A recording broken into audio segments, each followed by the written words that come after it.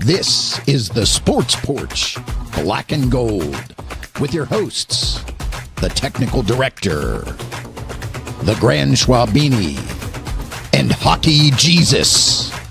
Come on, Pittsburgh. Let's show a little Steelers, Penguins, and Pirates love. The Sports Porch Black and Gold starts now.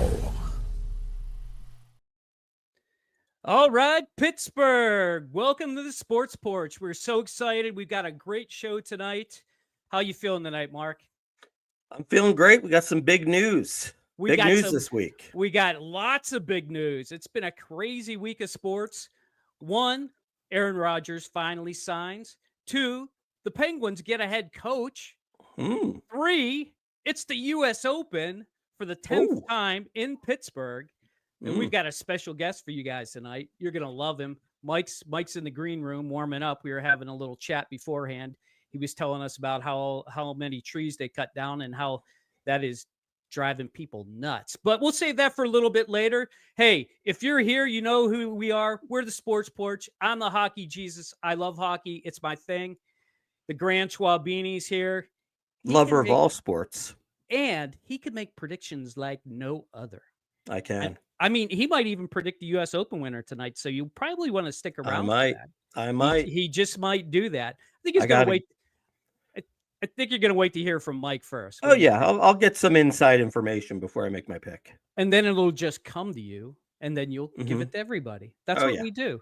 And, of course, we always finish up with what we're watching. Mark's got an oldie tonight, so you might I do. I just pulled an old one on y'all tonight. I didn't even know. Like, did you watch all 10 seasons? Let's save it. No. I think I did. Wow, that's pretty impressive. Okay, people, let's talk about it. Let's talk what everybody wants to talk about. Aaron Rodgers finally signs with the Pittsburgh Steelers. Well, what do you think, Mark? Just jump right in. Well, you know what? In the interest of keeping this positive, why don't we start with you? Well, yeah, actually, you know what? It's interesting because I've come full circle on this. I know you're buying in now, man. I can tell just you're buying in. Here's why I'm buying in, and I want your thoughts in the comments. Okay. Here's why I'm buying in. We had Kenny Pickett start for 28 games in 3 seasons, which is terrible. And we had a winning record during that time, which is pretty amazing.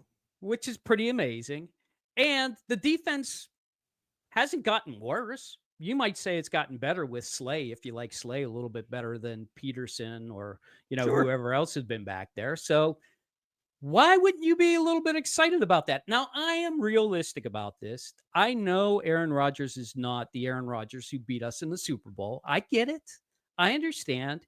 But he brings a veteran presence. I mean, let's just take the sidecar, clown car thing out of the mix, okay? So he's not eating bark from trees. Not eating bark from trees, not going to be on podcasts, He's not in a retreat in the darkness. No. He's just who he is. He's going to focus on football. He's a veteran quarterback who wants to win. I mean, you have to be a little. I mean, you gotta if you're taking that viewpoint, which I'm going to until you prove me wrong, until you tell me why I'm wrong. And I think that's the best way to go about it. What say you, Mark? Well, look, we all know that my heart does lie with another team. And so what I do is I put myself in the position of being a true blue Steelers fan. Steelers are like my second team because my wife's a fan, and AFC doesn't really affect the NFC much. But I try. Yeah, right. So I try to put myself in a Steeler fan's shoes, and if I was in your position, I would be excited about it because my thought would be, well, at least we have a shot, right? We have a shot. Because we do have a quarterback that is one of the greatest of all time. And he still showed signs that he could play a little bit last year. And certainly much better than Mason Rudolph or a 6th-round pick that we don't know what they're going to do, right? Well, I don't know. Some people are saying lately that Mason Rudolph is no different than Aaron Rodgers. Well, I don't know about that, but here's where I kind of come in. Believe it or not, my wife, actually, I'll give Amy May some credit. My wife made this comment, and I can't disagree with her. What she said was, what troubles me about the Steelers is they don't learn from their mistakes. And basically what she said was, how is this any different than Russell Wilson from last year? You have an aging quarterback who won a Super Bowl, right? Who's probably past their prime. So is it really going to be any different? Or is this just really, trying to do the same thing over and over again and expecting a different result, which is the definition of insanity? Well, I mean, and Amy's saying that she wanted them to tank this year, just like Right. a She lot did. of people. Right. lot of people are saying, right? Right. I don't know. I mean, everybody knows that's not what the Steelers are going to do. And here's the rub, because the Steelers of the past, the Steelers that I grew up with in the 70s and the 80s and the 90s, into the 2000s. Wow, it's been a long time since I've been a Steeler fan. I must be getting old. Anyway, they never would have gone out and rented the quarterback. They just would have taken their lumps. And if we sucked, we sucked. And then eventually we'd draft somebody who'd be worth a damn, Mhm. And that didn't work for a while in the 1980s. It didn't work for a very long time, between, oh my goodness, I could name them: Cliff Stout, and you're talking about the Bubby Bristers of the world. Bubby. I mean, it's just one bad quarterback after the next. They did actually go out and get Tommy Maddox. He was from the whatever, the Arena League or wherever the hell that was. They kind of went after him right before they got Ben, but Ben just kind of fell in their laps. And I think, unfortunately, that's what it's gonna take. It's going to take something to fall in their laps. But we would make fun of teams that would go after quarterbacks like this, Right. And now we're one of those teams. That's the only thing that I have against this whole scenario with Aaron Rodgers coming in. Yeah, I mean, I just look at it as, look, there's a shot. There's a shot. There's a shot in the dark that he can recapture some magic, that, a team that typically goes 9-8, 10-7 without anything at the quarterback position, can make something happen. Look, I mean, true.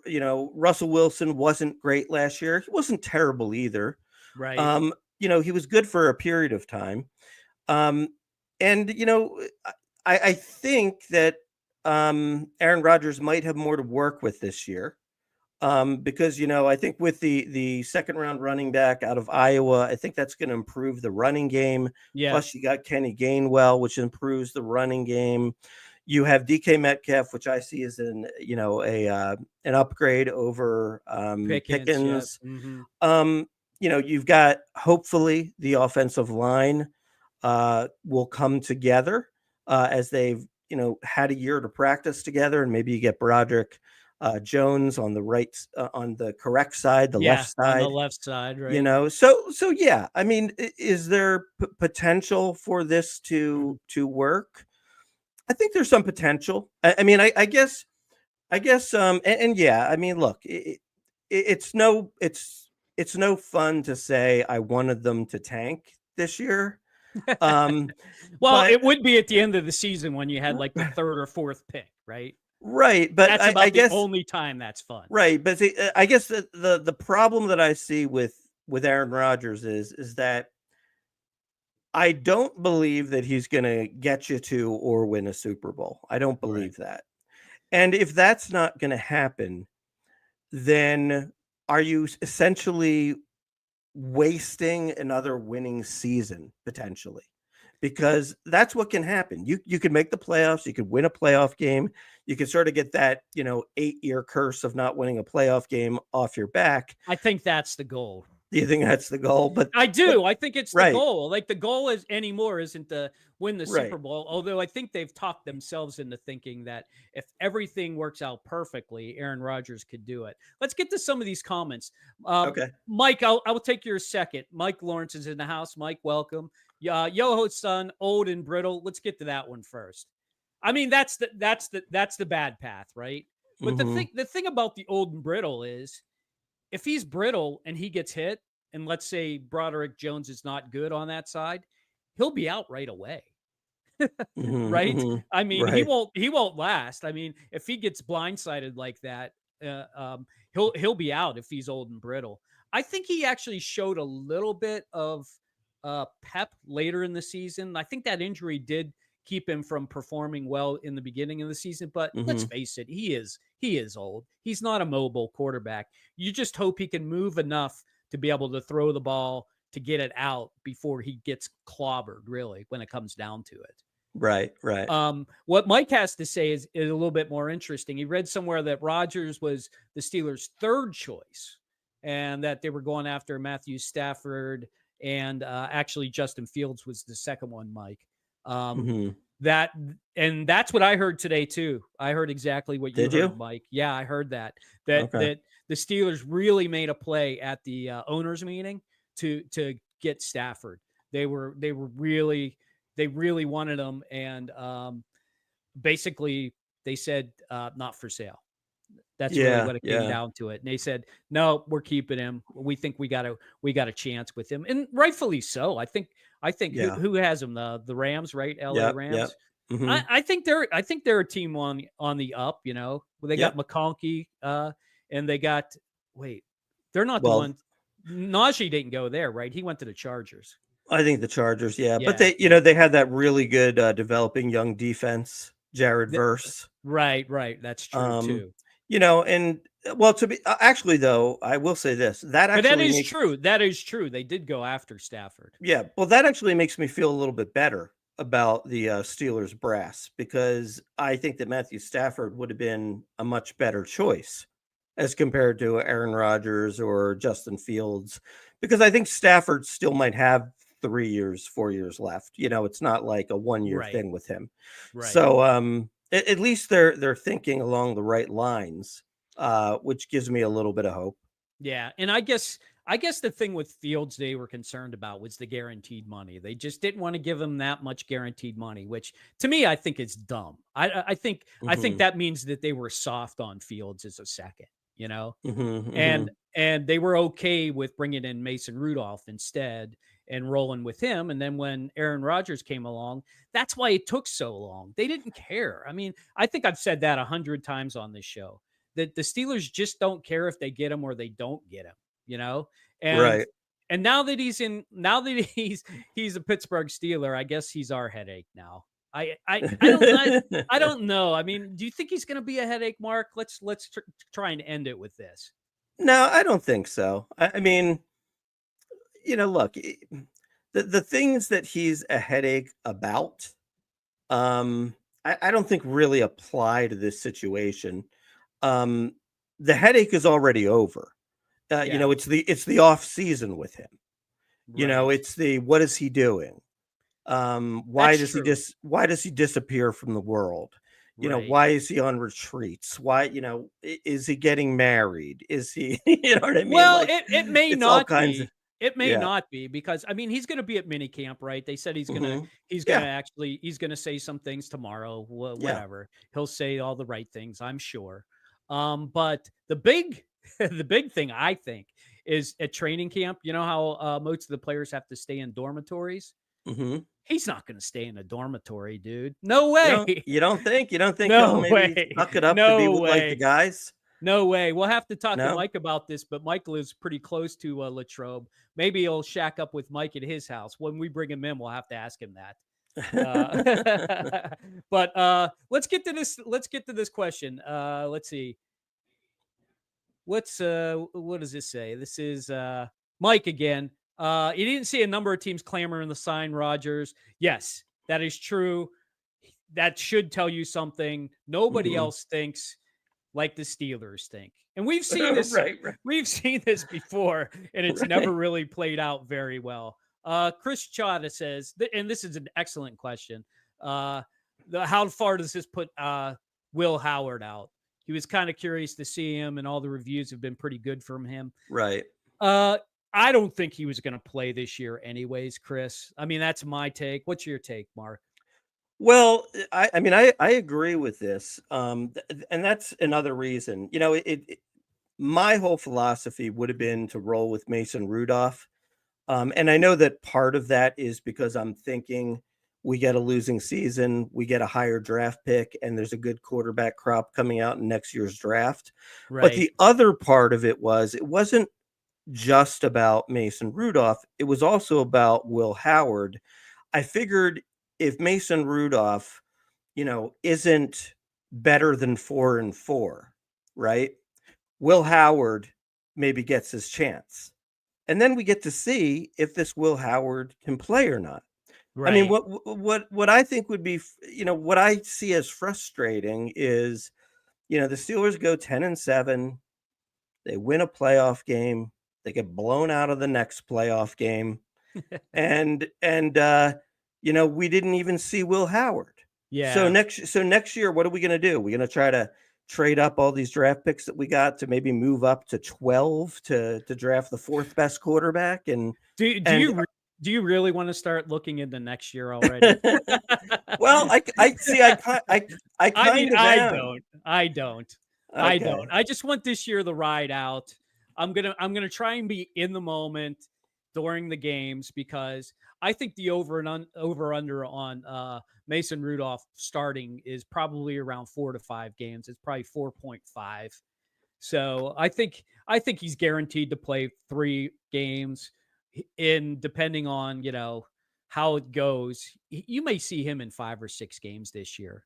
And if that's the case, then I think it's just going to be one of those years where it's like, well, we didn't really get to see Aaron Rodgers play because he was hurt so much.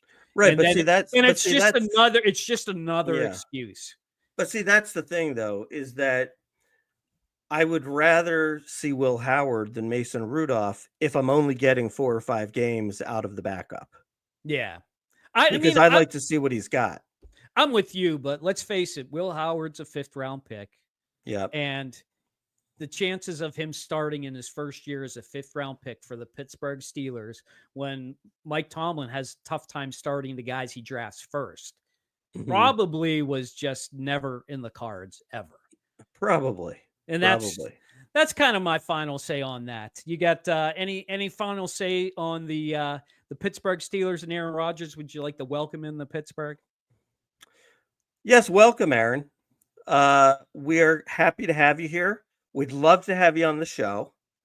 This is probably the show to be on, because you could say whatever you want on this show. Whatever you want.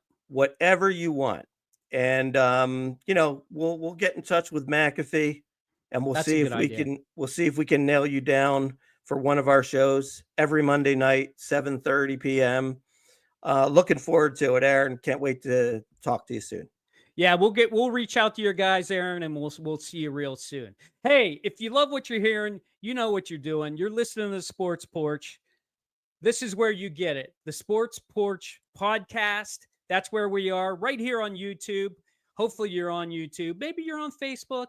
Maybe you're actually on the X. I don't know where you are out there, but I promise you, after this is over, I'm going to download it. I'm going to send that sucker off to the podcast. You can catch us there on theporcheslive.com, theporcheslive.com.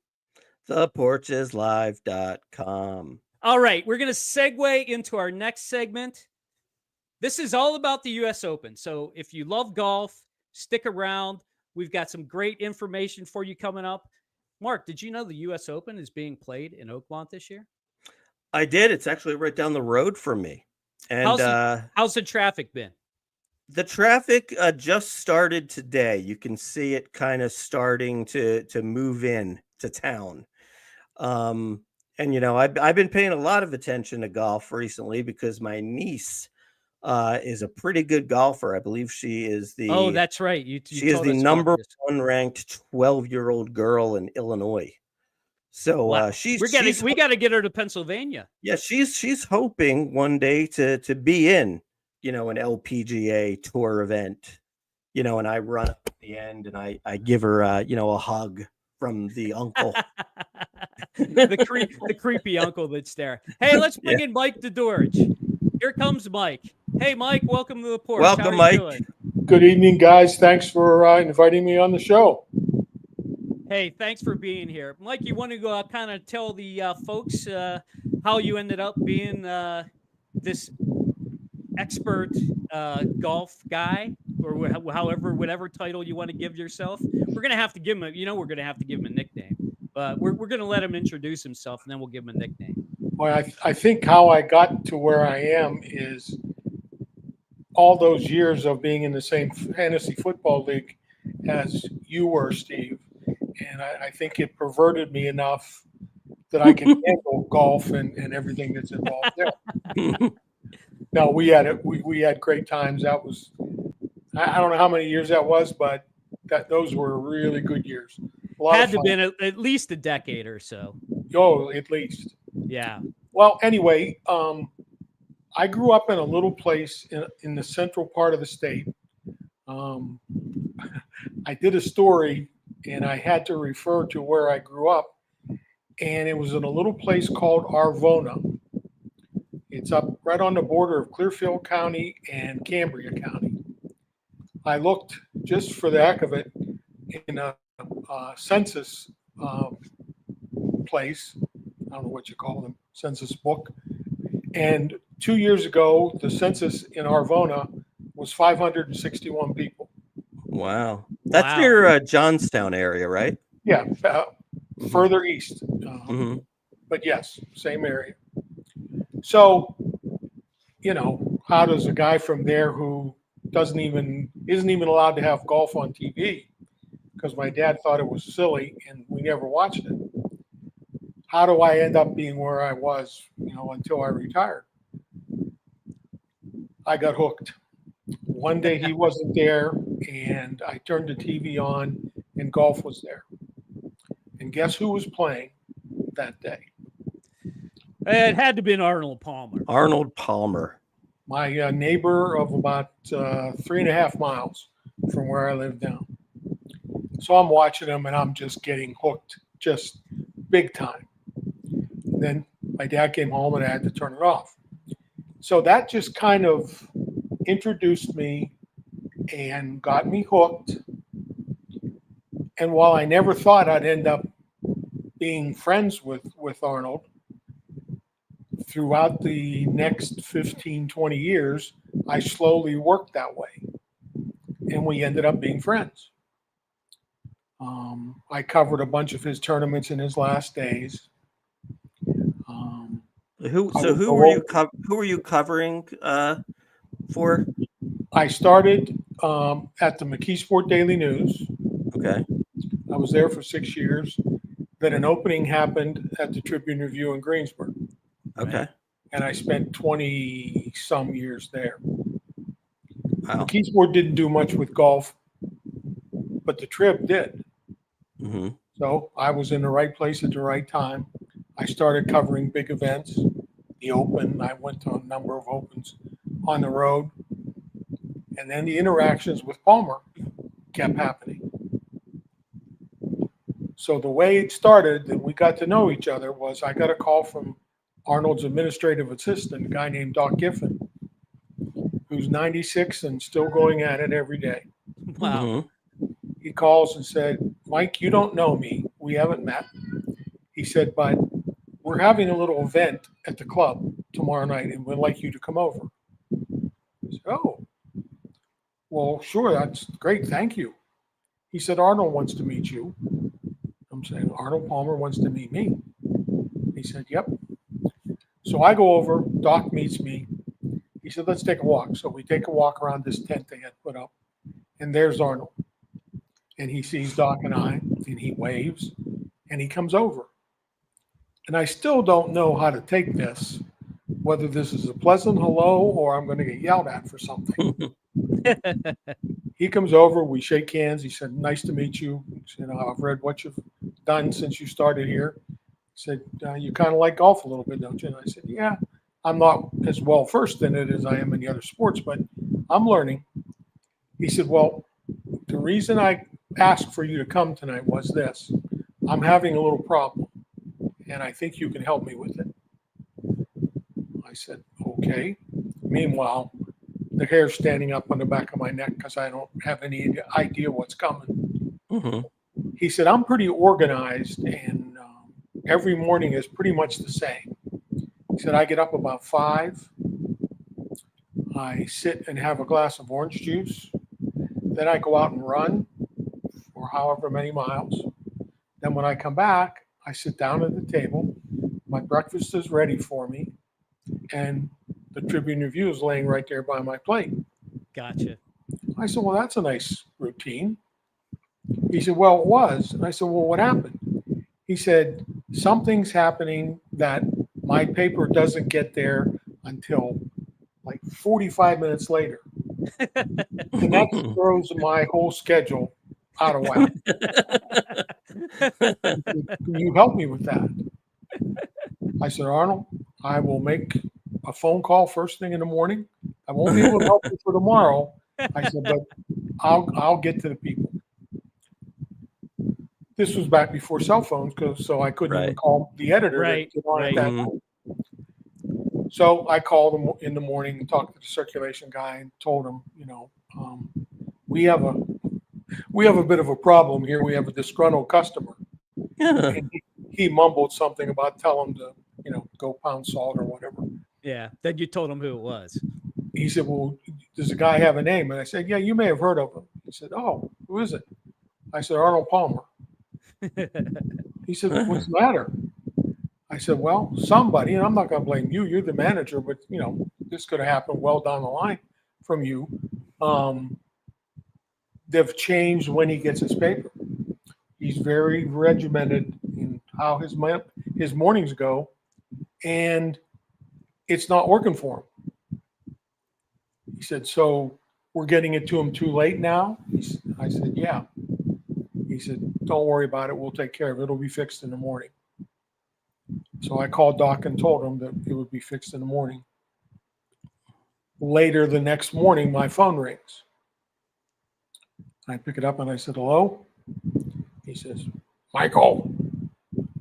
I said, good morning, Arnold. How are you? He said, I'm a much happier man today. I said, well, good. Glad to hear that. Did they fix the problem? He said, yes, sir. It was in there right when I got back. I said, well, I'm happy I was able to help. I didn't have anything to do with it, but I got the right people to work on it. He said, those are the kinds of things that stick with me. And we were friends right to the end. That's awesome. So let's jump to the U.S. Open. Okay. What of your memories of the U.S. Open?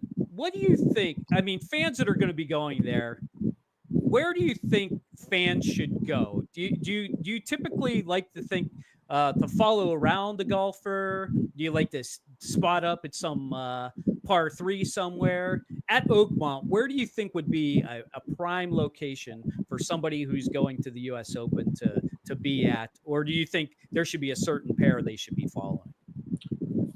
It depends on the person.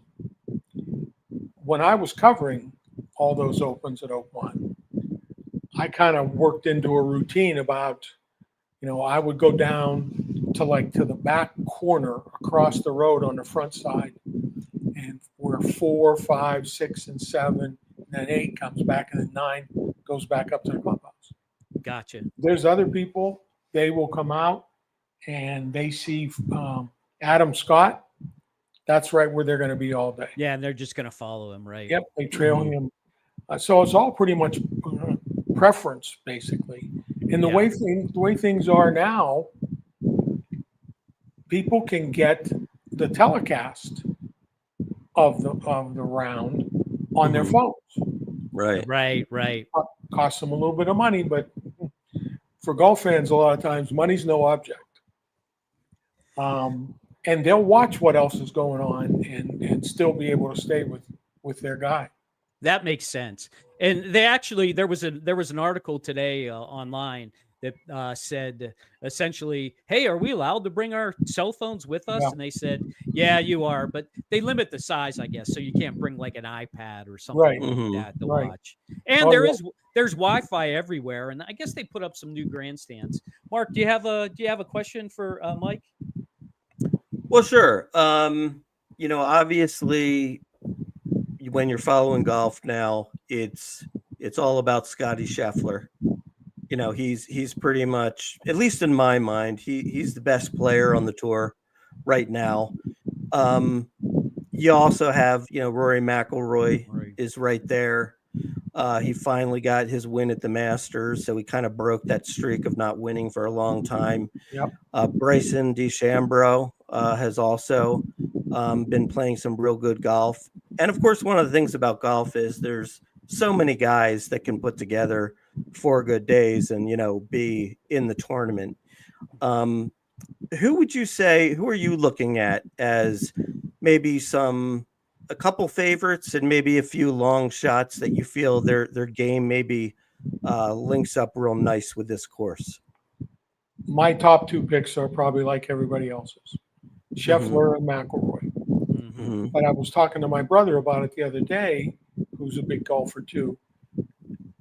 And I said, picking either one of those makes me nervous. I mean, we saw what McIlroy did and we saw how he can play. He's tremendous. He just runs people over when he's playing well. Right. Same thing pretty much with Scheffler. But the common things with those two, they can all, in the middle of a round, things can start to go south. Yeah. And those two haven't always shown the ability to get it back on the track again. Mm. And all of a sudden, they're 5 shots back. Well, it's hard enough trying to win a U.S. Open when you're right there. Right. But when you're 5 shots back, you got the course, you got your opponent, and you got your head to overcome. Right. None of those are easy. But Not those two are the most talented guys in the game right now, no doubt. Not to mention, you still have to hit it straight on these narrow fairways. And the topography up there is ridiculous. Like, it goes downhill, it goes uphill, like you're hitting it downhill into a green that's slanted downhill. Like, how do golfers keep it together when it's like that? Well, the prime example of that is number 1. You tee off up at the clubhouse level, and you hit your drive down the middle, and then it goes down pretty significantly down over the hill. Yeah. So you're not only thinking when you step on that tee, now how far do I want to hit this? Do I want to try to fly past the hill and play it from there? Well, that's great. That's less yardage you have. But when it also stops rolling, you're like this. The slant down to the green is really severe. Yeah. And if you see amateurs up there playing, not this week, of course, but that's where most of the fun begins for those guys. Right. They're trying so hard to swing parallel with the ground, make nice contact, and if you get it up in the air, you got a chance. Right. But if you take one of those typical amateur swings, it could go anywhere. Yeah. It could be on the turnpike. It could be in a little few trees that are down there. It just tests every part of your golf swing. Yeah. Here's a question I'd like to get an answer to from Mike Lawrence. What do you think the winning score will be? He's wondering if the rough is high and it's wet, maybe a -5 or a -6 wins. And just kind of to add to that, I wonder what your thought is in terms of, do you like a golf tournament where the winning score is underneath 10 under par, or do you like a golf tournament where the winner is -22 or something like that? Well, 2 things. The rough is high, and it's going to be really difficult for those guys to get a club on on that. And I'll take a slight little turn here and tell you this little quick story. Before the last Open came in 16, I get a call from the office at the Trib and said, "Hey, we have an assignment for you, but you got to get it done quick." This was in the middle of the week. I said, "Okay, what do you want?" He said, "Would like you to get Bob Ford, the pro at Oakmont then, to go with you and give you like a walking tour of the course." I said, "Okay," and that's a great idea, especially if we had done it 6 weeks ago. It's a little busy right now, 3 days in the tournament. Well, you know him well and you're friends with him. I said, "Yes, I am on both counts." He says, "Let me see if he'll do it for you." I said, "Okay." So I called. I didn't want to call. I thought he was going to laugh at me. He said, "What's up, Mikey?" And I said, "I got a question I have to ask you." He said, "Go ahead. It's never stopped you before." I said, "They want you and I to take a walking tour of the course.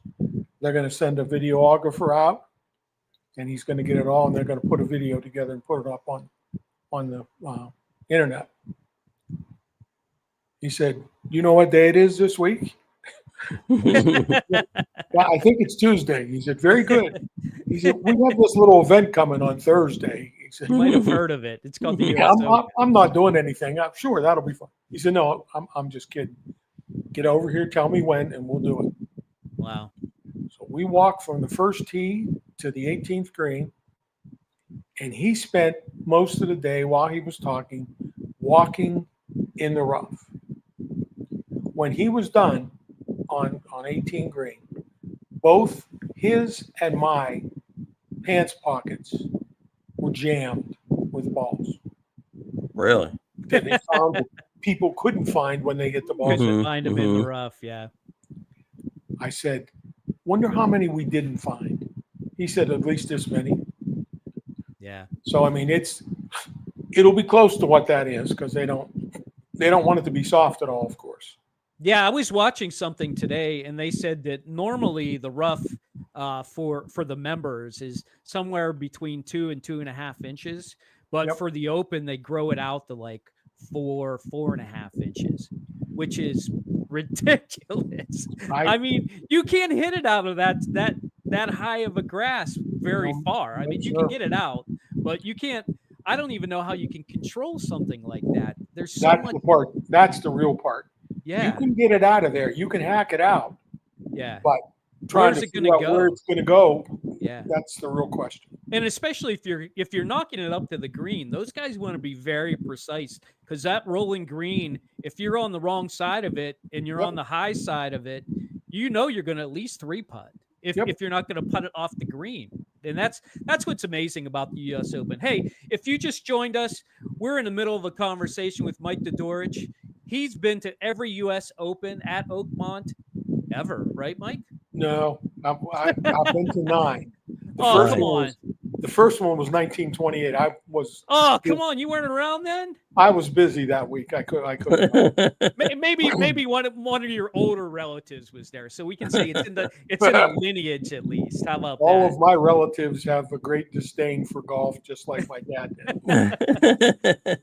Hey, Amy May's got a question that we were talking about a little bit before the show. She's wondering why they cut down all the trees for this year's Oakmont. Well, it's funny. We were talking about that a little while ago. Right. I've heard the story several different times, and it's all the same story every year. When Oakmont was built, it didn't have trees, or very few trees. Mm-hmm. But as it grew up and grew bigger, trees started sprouting all over the place. And they wake up several years ago, and there's these giant trees everywhere. And somebody said to Ford, "We need to cut down some trees." He said, "Who's going to tell them this?" Because they figured he was going to be the one. Right. He said, "Well, we need to have a group sit down with the president." So they go have this meeting, and the president said, the members are not going to like this. Yeah, but things happen in life that you don't like. But for the greater good, you do them. So they decided they weren't going to go into this with like full saws blazing. They were going to start by taking the first tree out of Ford's front yard, which borders the 18th fairway. So he told nobody. Nobody knew that this was happening. He is wakened at 5 a.m. by these sounds outside his house. He said, "They're actually going to do this." So he gets dressed and goes out, and there are the workers, and he's going, "Can you make that real quiet?" So, well, not real quiet, but we'll try to do our best. Yeah. So they take this down. They cut it up into manageable pieces, cart those away, and then they brought out the vacuum cleaners, and they cleaned up all the sawdust that was around where this tree was. And so they left, and you couldn't hardly tell that anybody had been there. Yeah. He goes back in and lays back down for a little bit, and his wife got up, and she went out to make coffee or whatever. When she looked out the door, and she came racing back into the bedroom, said, "Bob." He said, "What?" "Somebody stole a tree." What do you mean somebody stole a tree? "Well, that big tree that was out in our yard, it's gone." Oh, my goodness. He said, "Come over here and sit. Let's have a little talk." So she wasn't terribly happy with him for not telling her about it, but he tried to keep a lid on it as much as he could. And then once people started seeing that it didn't make all that much different and the course didn't change, no, then they started moving faster. And now you have a hard time finding a tree out there. Yeah, the one thing that I heard too was they had a lot of aerial footage and a lot of documents from like the 1920s and through the 1940s where they wanted to get back to the heritage of Oakmont, where basically, like you said, he wanted who's the original guy, Henry Falls or something like that. Henry Phones, yes. Henry Phones, and I guess their family kind of got out of the Oakmont business. It's somewhere in the 40s, I guess. So they wanted to bring it back to when they owned and when they were in charge of Oakmont, because they liked the vision of it being like a links course. You can't have a links course in Western Pennsylvania, but he wanted to just work with the topography. And think about it. In the 1920s, you're not moving around a lot of dirt. I mean, you don't have caterpillars. You don't have nearly the equipment that we have now. So he worked with the land. And I think that's what's unique about Oakmont. It really has been around for such a long time. The vision of the original maker of the original 18 really had a unique vision. And I think it's stuck. What do you think, Mark? Well, I don't know. To be honest with you, when I watch a lot of golf tournaments, right, and I feel like there are a lot of trees at a lot of golf tournaments, and very tall trees, and I actually feel like that's kind of part of what makes these players so great. Is that number one, they can avoid the trees. They don't hit and number two, when they go into the trees, they can find these miraculous ways out of those hazards. So I agree with you. Like, I think a traditional course, you think of trees, but in the case of something that, professionals play on, I think it's more challenging for them to just be in the wide open like that. And if you hit it off of the narrow fairway, and you end up in this 4-inch grass, you're stuck. Like it's true. It's worse than being behind a tree because it messes with your mind. Like I barely went off the fairway, and now I just gotta duff it back in because I can't make a secondary shot without doing that. And I think that's going to be the key for the golfers over the next 4 days is to keep within themselves to make sure that they can just hit the ball straight and do their best to, get it up onto the green and read the greens really well. And I think that's to me that's golf. That's traditional golf. But I agree with you as far as the picturesque, beautiful trees, and maybe a big lake somewhere where you got this island green. Those are really amazing from a viewpoint. But I think that's what makes Oakmont unique, and I think that's what also drives a lot of the golfers mad. Oh, You got one last thing for Mike, Mark, or you? I got a question. So, with all your wealth of knowledge of all the great golfers who've played the game, give me a ranking. It doesn't have to be in order, but who would you say are the 5 best golfers you've ever seen play? Ooh, good question. Tiger We Woods. know you're. By the way, we know you're already biased towards Arnold, so Yes, it's okay. He's in there. Yeah. So Arnold, the next 4. Yeah, Tiger Woods, Mm-hmm. Jack Nicklaus, Yep.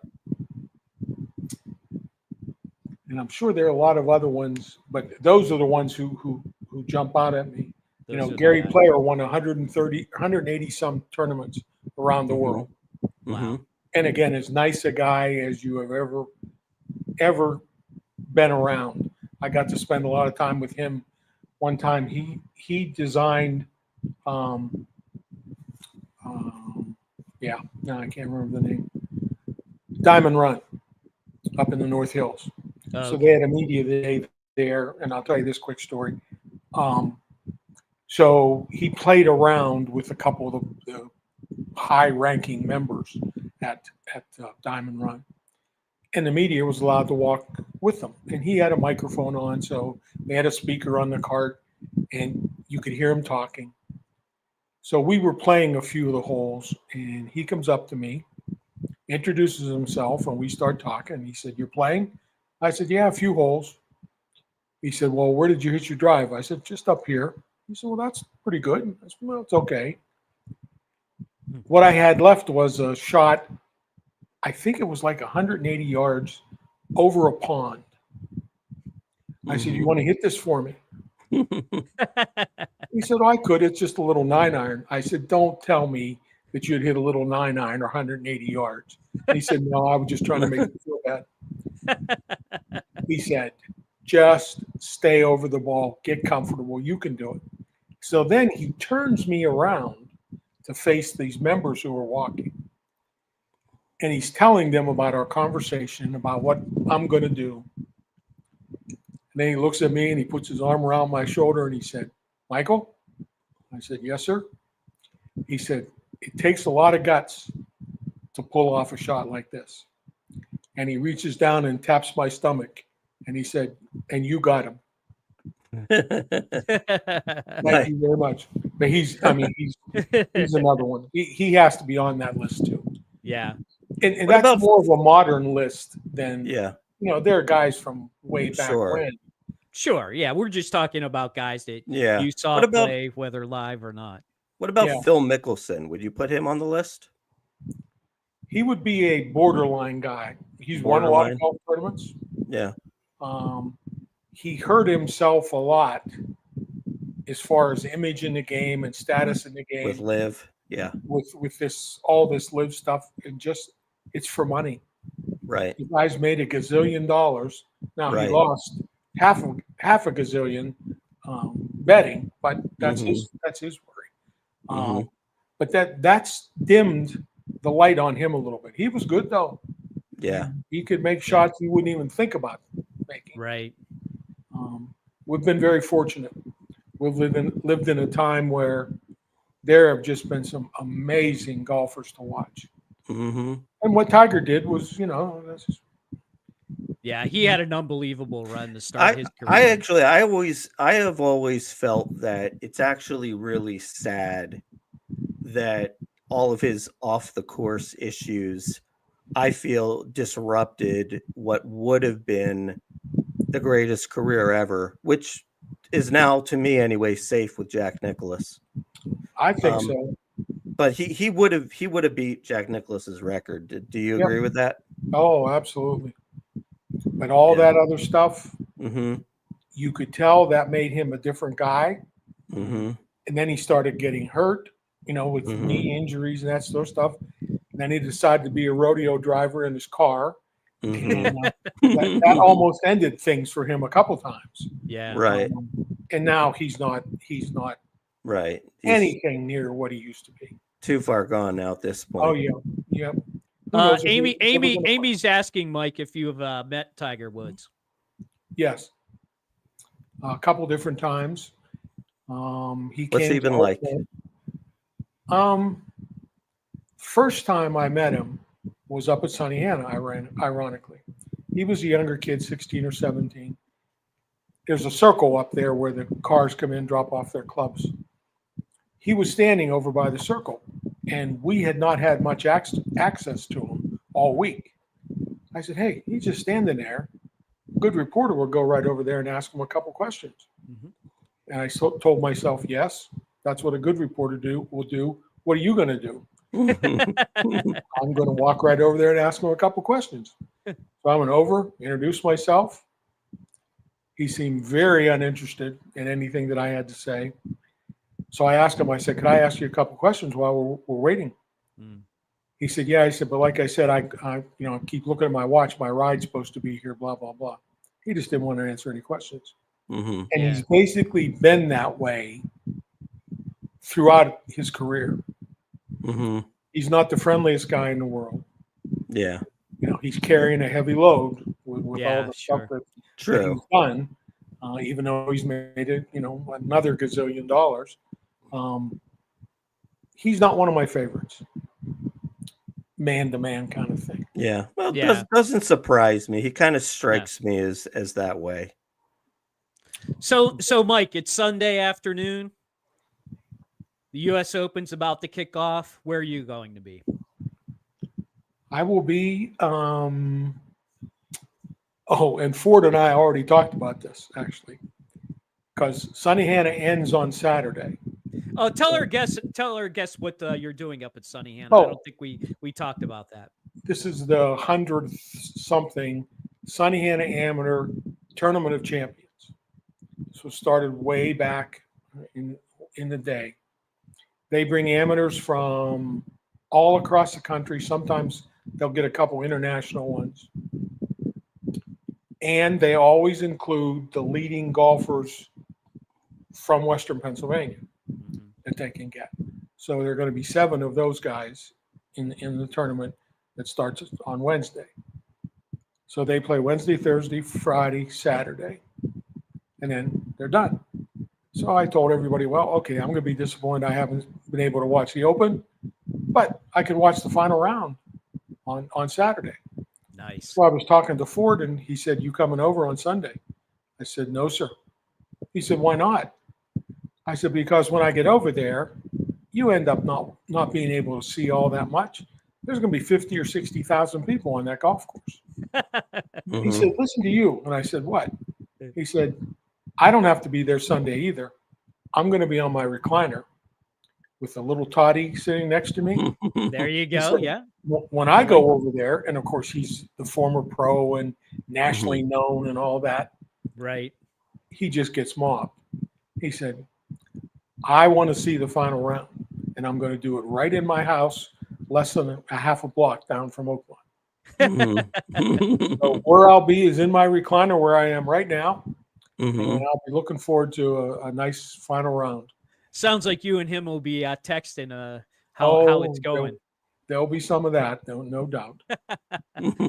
Well, Mike, I want to thank you for coming on board. We could talk for another hour, but I think we need to cut it short here so we can get to Stanley Cup stuff and Penguins and the rest of what we got to talk about.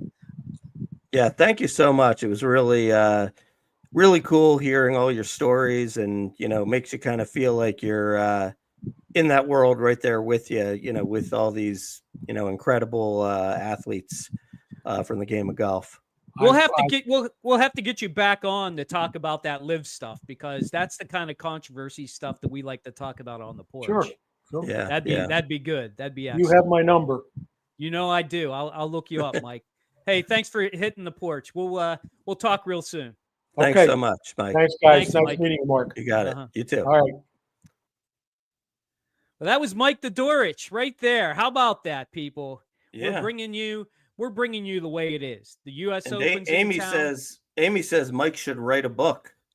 Actually, surprisingly enough, he is supposed to write a book about Arnold Palmer. Oh, is he? Yeah. Oh, nice. Yeah. I don't know if he's working on it now. We'll have to we'll bring him back and we'll have him talk about that a little bit more. So, hey, you made it to the sports porch. We're cruising through. We've already talked about Aaron Rodgers. If you missed it, I'm sorry. You're going to have to go back or, just download the podcast. You can get that at theporcheslive.com or anywhere you get your friggin' podcasts. Isn't that the way the pirate does it? I don't know. That's the way he tries to be. Yeah. He tries to be entertaining. All right, let's segue into some hockey, Mark. You've been watching the Stanley Cup Finals. I have. It's Been two great games so far. Great games. What's your take? It's really tough because on one hand, you look at Edmonton and Right. my gosh, I mean, their top line is ridiculous. I mean, it's probably, you could talk about it being one of the top lines of all time, right? It's that good. Yeah. Their goaltending's been a little suspect with Skinner, but I think that's to be expected. He either has these horrible games or these great games, but he's actually been kind of average in both, I would say. Yeah.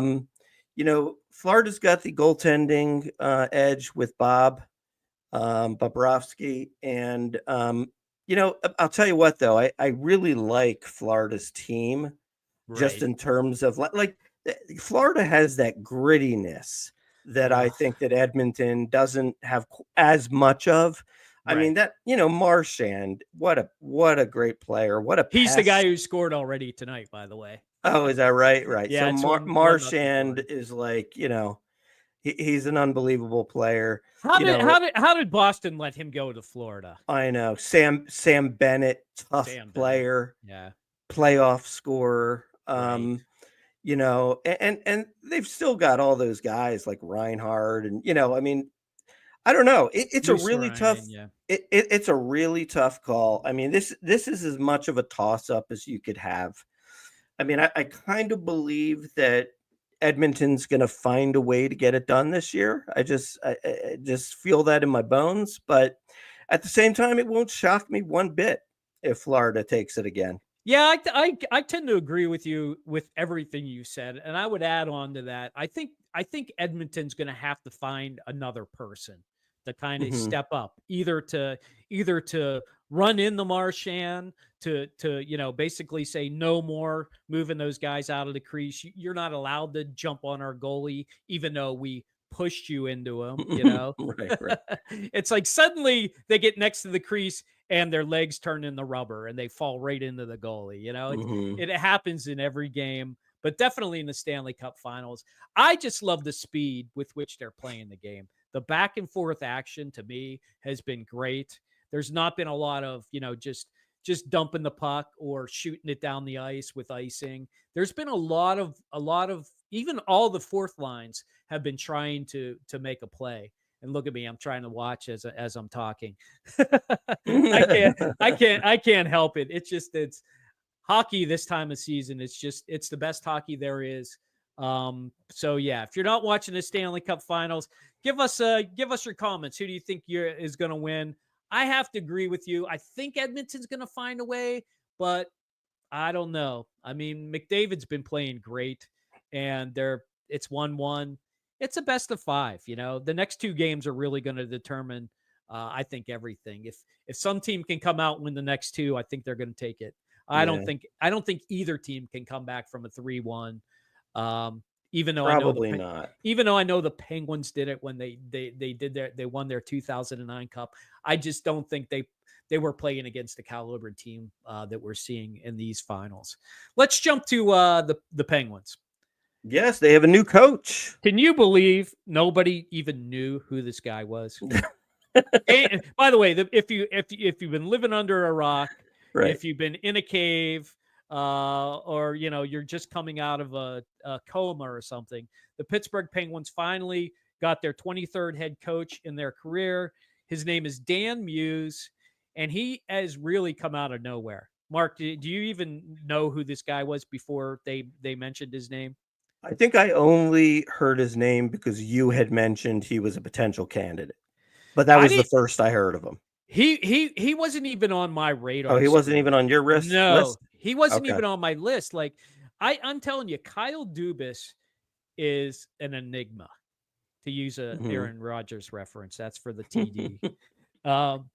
He just does everything in secrecy. I mean, nobody had a clue what his list looked like, you know? And if you're really interested in my deep opinion on him, you should go back and watch the YouTube video, Who is Dan Muse? I do a pretty good job of breaking him down completely.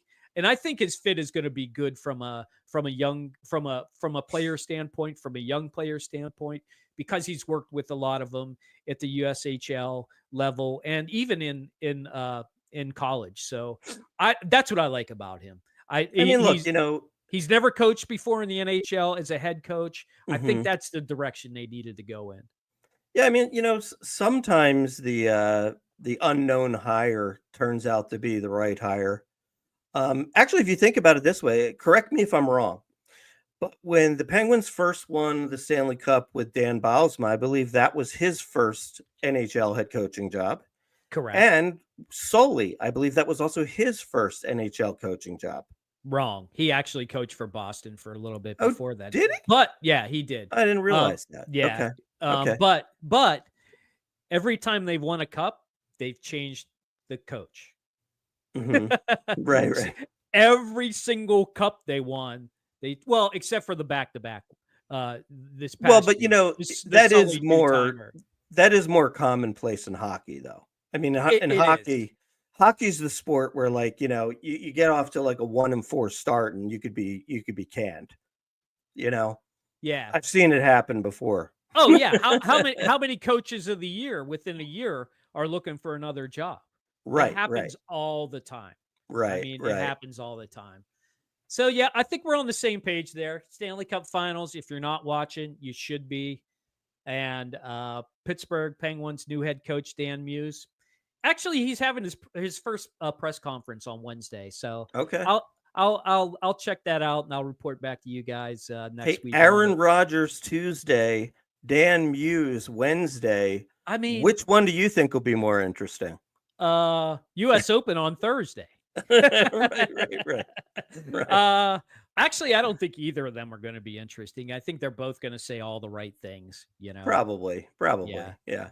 The one thing I do listen to DK, he does a daily podcast, I guess you could say, but it's on YouTube. You should check it out. But if you're not, they got the interview. He has a woman who works for him, Taylor Haas, and she got the interview Kyle Dubas, and he said basically he's going to go out and sign that what was his name? Obama? No, it wasn't Obama. It was Obaka. That really tough guy that came up at the end of the year. He's a restricted free agent this year. Okay. But he said he's a guy I want on the team next year. So I think he's starting to think more along the lines of, we got to get more like Florida. We got to get a little bit tougher, Yeah, sure. And he definitely fits that bill. So yeah, it'll be interesting to hear Muse speak, and I guess it'll be interesting to hear Mr. Rodgers speak. By the way, don't say Mr. Rogers' neighborhood when referring to Aaron Rodgers. There's only one Mr. Rogers. Have people been saying that? I've seen it on a couple shirts. I've heard inferences to it. Like, I don't like it. If you want to turn off people in Pittsburgh, start saying that, because it's just rude. I mean, there's only one Mr. Rogers. That is true. It's definitely not Aaron Rodgers. So I mean, I can't disagree with that. Please stay away from that euphemism. Okay, I think it's that time, Mark, where we give back. Yeah, we don't want to mention that the Pirates beat the Phils 3 in a row. Do we want to? I guess we should. I mean, does Hey, it look, matter? Does it matter that the Pirates swept the Phillies? it's Does it probably matter? it's probably going to be their best series of the season. Would you agree? I don't see how you could disagree with that. I mean, Right. the Phillies are a streaky team. You know this better than They are. anybody, right? Yeah, they are. So They but are. And the Harper's reality out. is the reality is they swept the Phillies, but does anybody really care? No. Does it really matter in the scope of things when it comes to the Pirates? I mean, did Skeens even get the win yesterday? No, he didn't. Right, because they scored the winning run in like the 8th inning when he was out. Right. It's Right. like it's maddening. The guy has like a 2.05 ERA, Right. and he's like what 5-8 or something like that, or Uh-huh. 4-7 or something like that. Right. It's just I don't know. I want to get excited about it. I put it this way. I think since they changed the head coach, I a think little better. I think it's sparked them to not suck as much. Yeah, I think agree. I think we can all agree on that. I agree. But other than that, does anybody really care anymore? Probably not. No, I don't think so. I mean, look, we should be full disclosure here. We had tickets to the game and we didn't even go because it was supposed to rain really, really hard the whole time. Right. Which it didn't somehow. The weather is a joke. Yeah, well, I mean, it is Pittsburgh, so one. Oh, somebody actually asked this question in the comments about the U.S. Open. The weather on Thursday and Friday is going to be like in the upper 80s, and then on Saturday and Sunday it's going to be like in the lower 70s.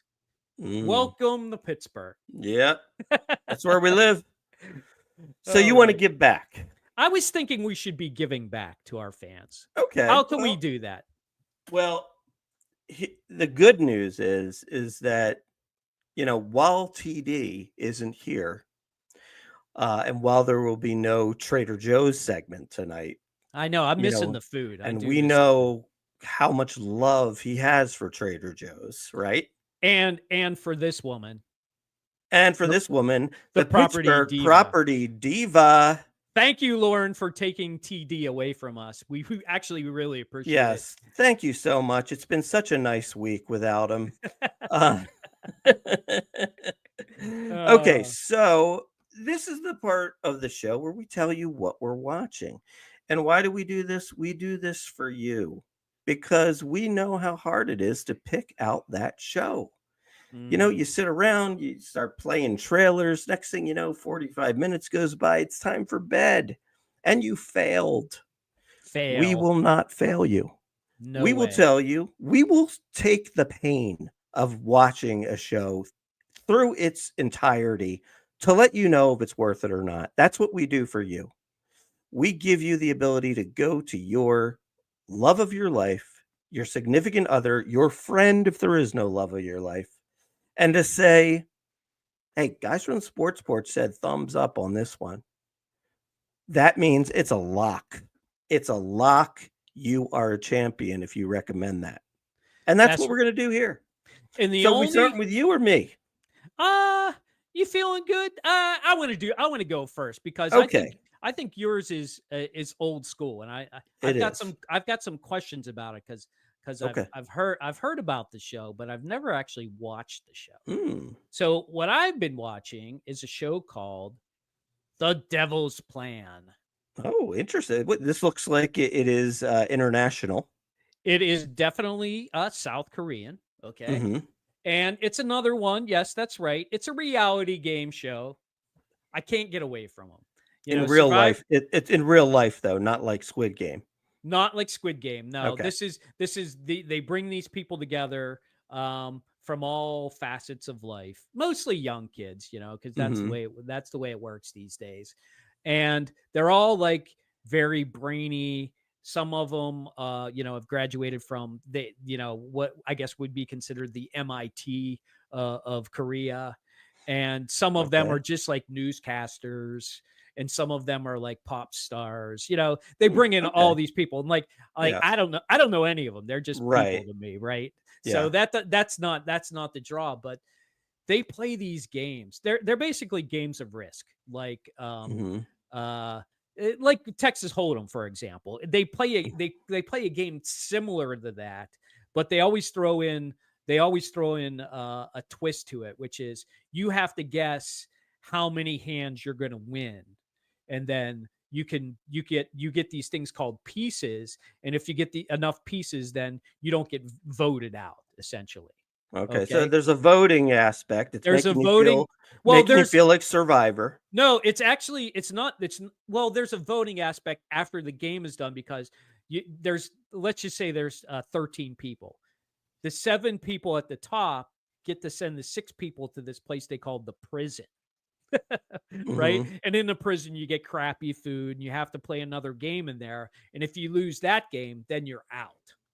Okay. But if you win that game, then you get to come back, and then you play another game. And then if you end up winning that game and you have enough of these pieces, you can go to the place where all the food is good. They've got nice warm beds. It's the cushy place. And what like people who go to the prison always go to the prison. Okay. So it's kind of like that. But here's the only thing I have to say about this particular show. You have to be all in, because they're not like 30-minute segments. They're like I believe there are 10 or 11 shows, and some of them are like an hour 15 minutes. I think the final was like an hour 40 minutes. Really? Yeah. So it's like they really work on their character development. And I have to tell you, like, I thought the games were really cool, but some of the character development, I was just like over. It just there were some people you just were like, I don't care about this person. Just if they got voted out today, or if they lost this game today, I would be happier, actually. So what is this? Is this a thumbs up or a thumbs down? I'm going to give it I'm going to give it 2 thumbs up if you love like brain game shows, like reality brain games. Yeah, things that really make you think, like, how could I solve that puzzle in like the best way and quicker than everybody else.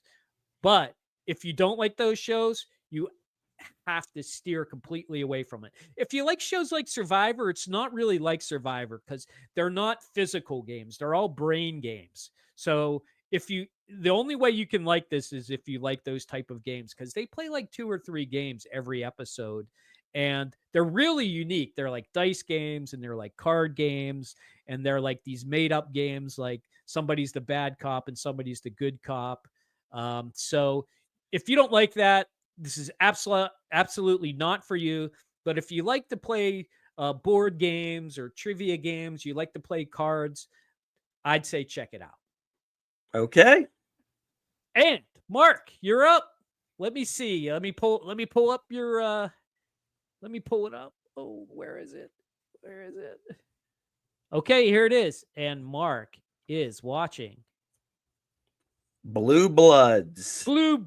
I didn't know where it was streaming, so I didn't put that up there. Yeah, I think there were 14 total seasons, and the last one just concluded a little bit ago. Originally on CBS. You can stream it on Hulu and Paramount Plus. Yeah. Look, bottom line is, I sort of look at Blue Bloods as it's one of the last great regular network shows.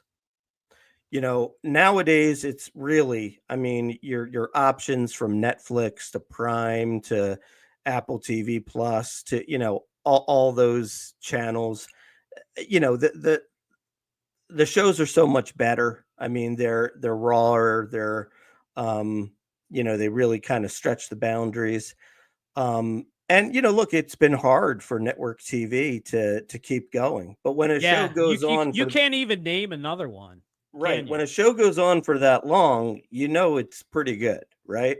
Yeah. And I kind of look at it as it's probably like the next best network show after Law and Order.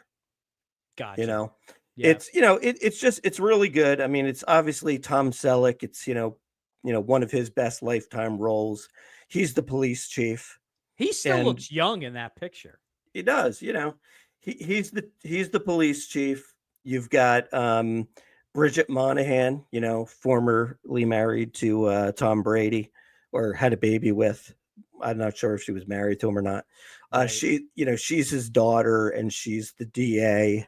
And then of course you got Donnie Wahlberg is kind of like the wild, son who's a cop. And it's just a really good show. I mean, it's interesting. Like there are some seasons that sort of build one episode on top of the other, but then there are also some seasons where it's like each show's its own separate thing. Yeah. Right. Gotcha. Right. But because it goes on for 14 years, there's a lot of character development over that time with many different characters. Right. People dying, probably getting killed because, they are cops.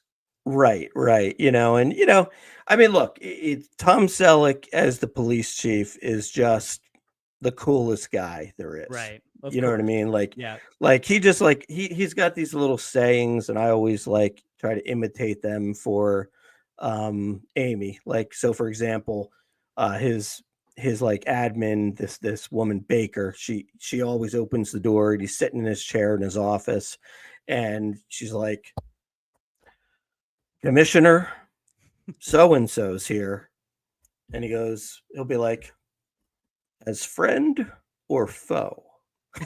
You know what I mean? Like, it's like it's always stuff like that. Like Commissioner, the mayor's here. Let's have him.